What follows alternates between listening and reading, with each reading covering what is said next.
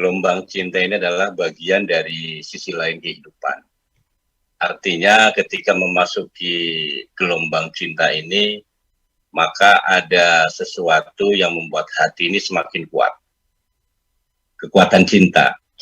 Tadi Habib sudah menyampaikan bahwa kekuatan cinta itu akan mampu menjadi kekuatan tidak hanya imun, tapi juga bagaimana menghadapi kehidupan. Buya, ada yang menarik Buya. Dalam target hidup kita ini kan bahagia. Bahagia apa kesempurnaan? Itu yang pertama. Yang kedua, kadar seseorang itu kan berbeda.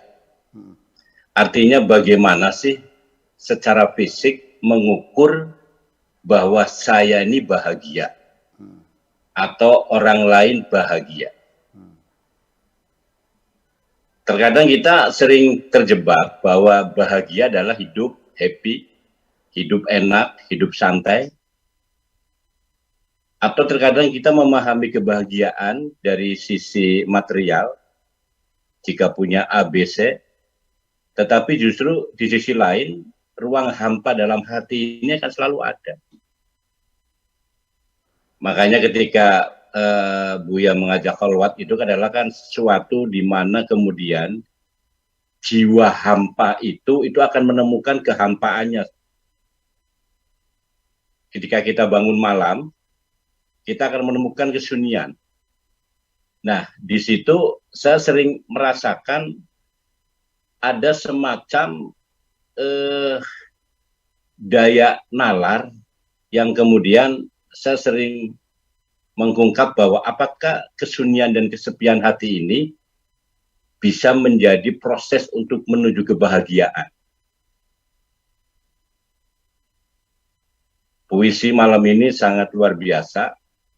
Ending dari tadi yang Buya sampaikan adalah kekuatan kita beribadah, ya, kekuatan cinta kita kepada Allah. Tapi dalam prosesnya Buya, ini saya perlu petunjuk nih. Artinya bagaimana mengisi ruang yang kosong. Yang terkadang ruang kosong ini mudah dimasuki oleh apa yang namanya bisikan-bisikan setan, Buya.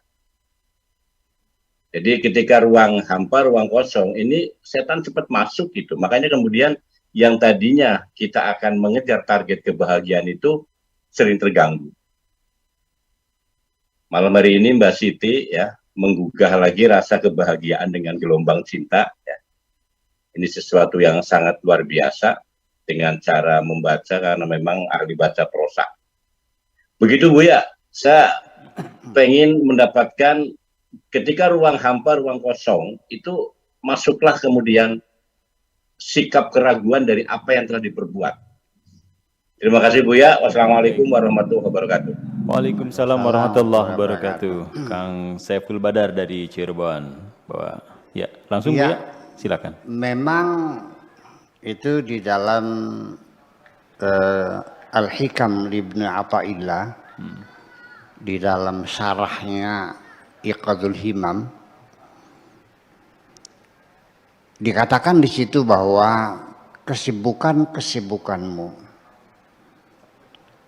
apakah kesibukan fisik dengan bekerja, batin tulang, peras keringat, jungkir balik, kepala jadi kaki, kaki jadi kepala, siang jadi malam, menjadi siang, ataupun juga kesibukan batin kamu dengan kerisauan, kegelisahan, ketakutan, kesedihan dan sebagainya, itu semuanya membuat dirimu terkapar.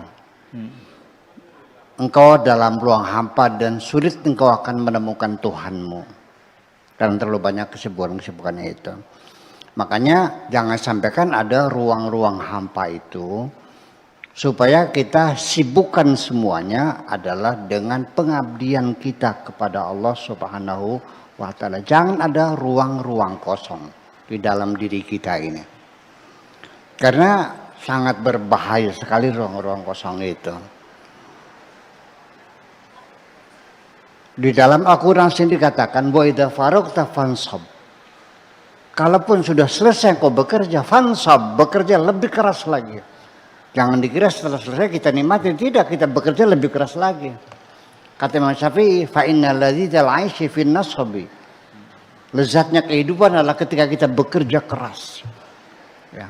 Nah, kerja keras ini bukan kerja keras kesibukan mencari dunia, tapi juga diisi dengan pengabdian kita kepada Allah Subhanahu wa taala.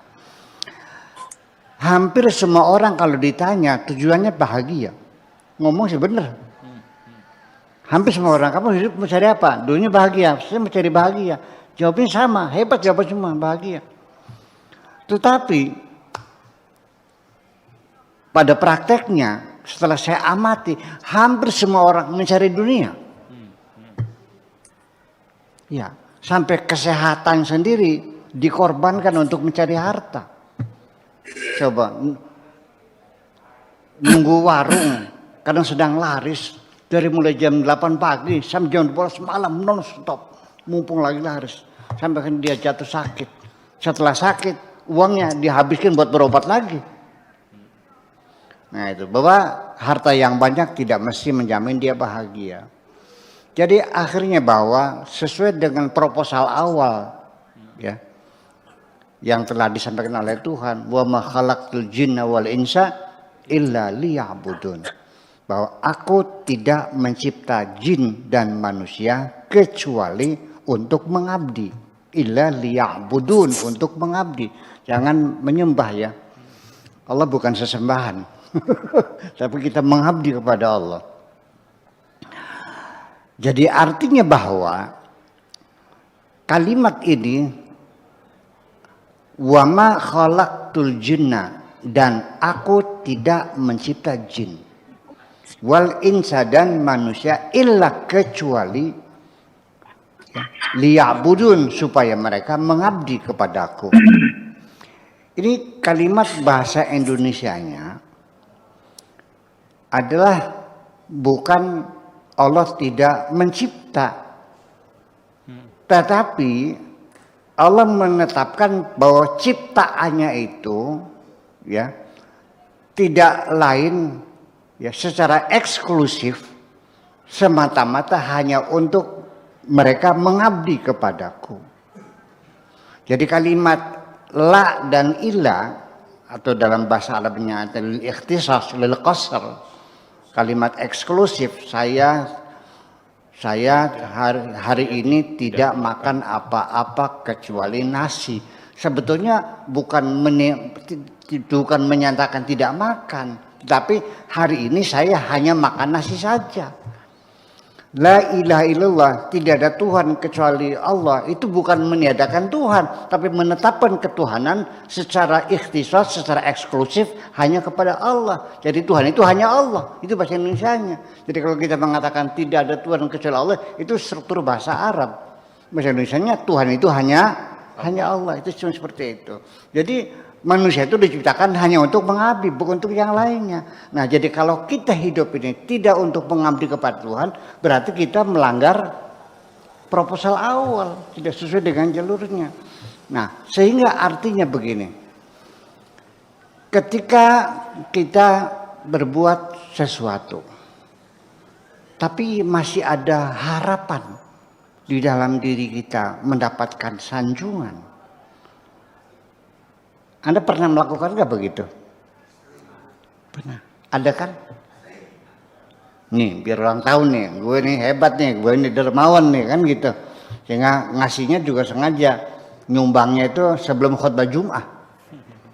Sambil bawa wartawan 3. Iya kan? Sama dipoto, terus Jumat tuh di Radar Cirebon. Nah itu kan.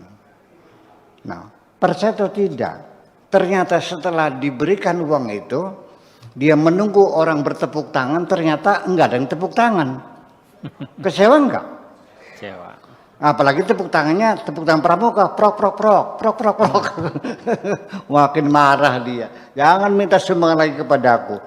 Jadi kekecewaan itu adalah berawal dari karena kita sudah salah arah.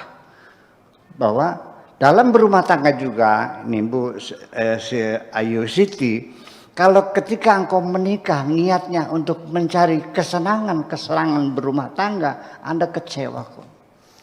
Tapi kalau niat awalnya sengaja untuk beribadah kepada Allah, maka suami apapun yang kau temukan pasti akan membahagiakan kamu.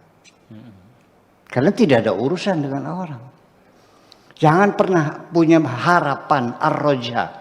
Ketika Anda berharap dari siapapun, Anda selalu kecewa. Ketika Anda sudah tidak berharap kepada siapapun untuk berbuat baik kepadamu, maka sejak itu engkau merasakan semua orang yang ada di sekitarmu baik-baik semua. Terima kasih.